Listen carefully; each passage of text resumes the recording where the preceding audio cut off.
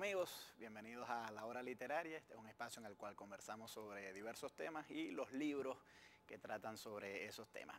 El tema que nos ocupa hoy son los derechos humanos. Esto siempre ha sido un tema controvertido porque hasta fechas relativamente recientes, cuestión de 2 o 3 siglos, no se tenía una concepción de que existen unos derechos universales para toda la especie humana.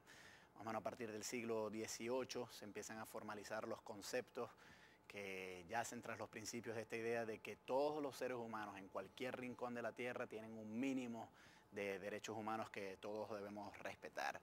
Y no fue sino hasta el año de 1948, ya después concluida la Segunda Guerra Mundial, cuando se proclama la Declaración Universal de los Derechos Humanos. Este es un conjunto, un texto que incorpora un conjunto de principios que garantiza un mínimo de derechos para todos los habitantes de nuestro planeta.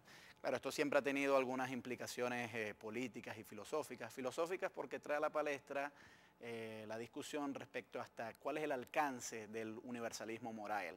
Hay alguna gente que parte de la doctrina del relativismo moral que dice que la distinción entre lo bueno y lo malo y la asignación de derechos varía en función de cada cultura, y entonces que en ese sentido pues los derechos humanos no pueden tener pretensión universal. Hay otros filósofos que más bien dicen, bueno, no, un momento, los derechos, si son humanos, tienen que ser universales y no podemos excusar el contexto cultural de cada cultura respecto a lo que ellos hagan.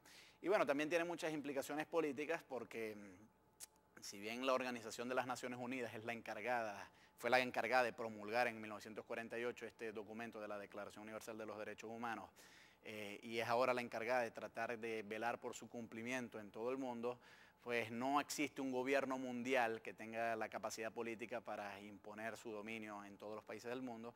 Entonces, claro, en la escena internacional hay muchas disputas sobre quién debe ser el encargado para asegurarse de que se cumplan los derechos universales.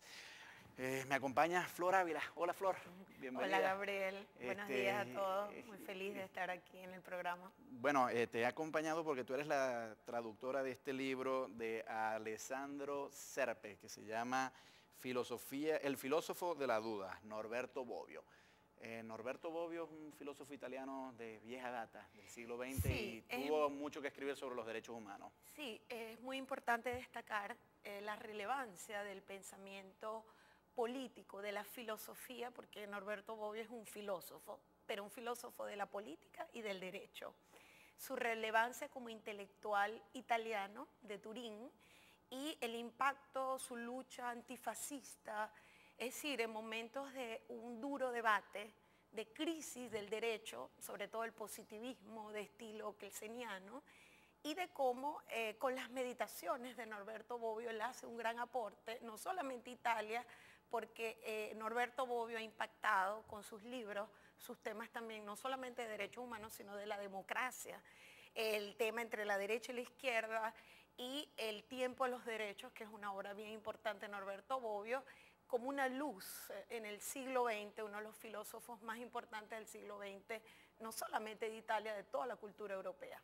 Claro, aquí Alessandro Serpe llama el libro El filósofo de la duda. ¿Qué es lo que duda Bobbio? Bueno, ¿qué es lo que él somete a duda? como buen filósofo, tú sabes que los filósofos, más que producir dogmas, producen dudas, conjeturas.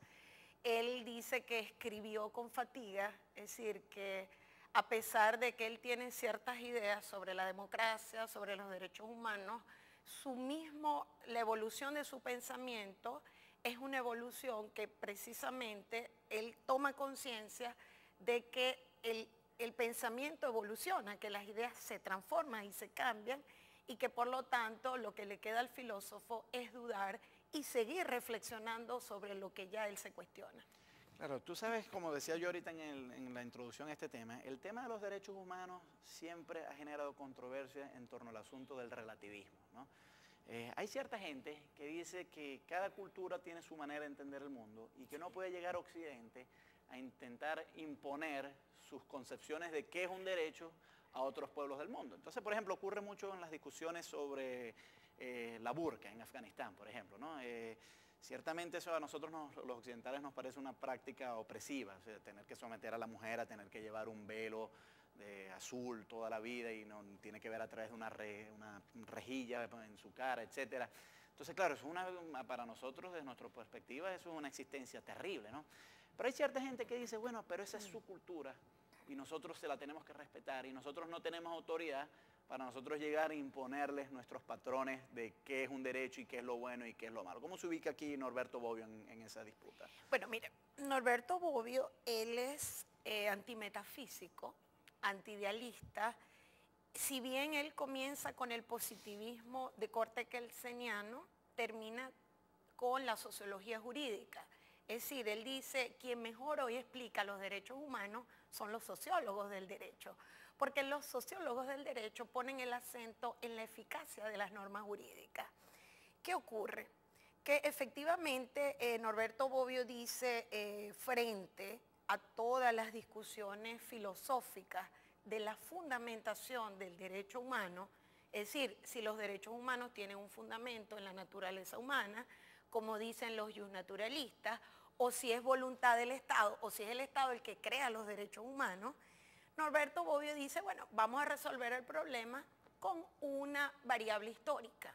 Él dice, los derechos humanos son históricos, pertenecen a un momento histórico, a un movimiento histórico, y de paso son fruto del consenso universal.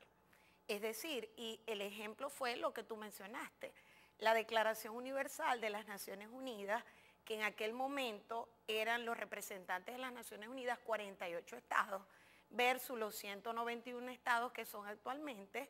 En aquel momento, y inspirados en la filosofía, sobre todo humanista, ahí tenemos el pensamiento de Jacques Maritain, una filosofía muy humanista, se ponen de acuerdo tanto los de izquierda como los de derecha, los países comunistas con los países occidentales, pero con la condición de que no se diga el por qué.